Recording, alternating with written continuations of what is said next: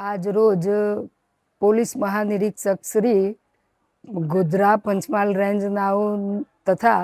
આદરણીય એસપી સાહેબ ડૉક્ટર હરેશભાઈ દુધાત સાહેબ નાઓના સૂચના અને માર્ગદર્શન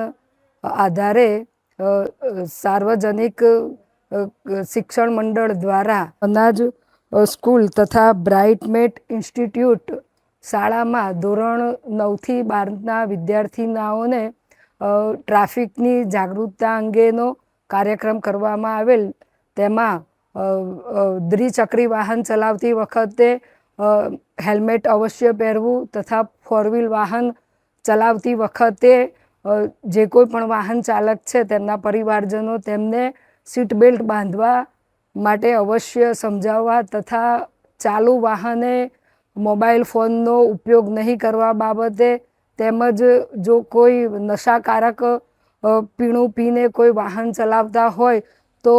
તે નશો કરીને વાહન નહીં ચલાવવા બાબતે તથા જે કોઈ પણ વાહન ચલાવતા હોય તેમણે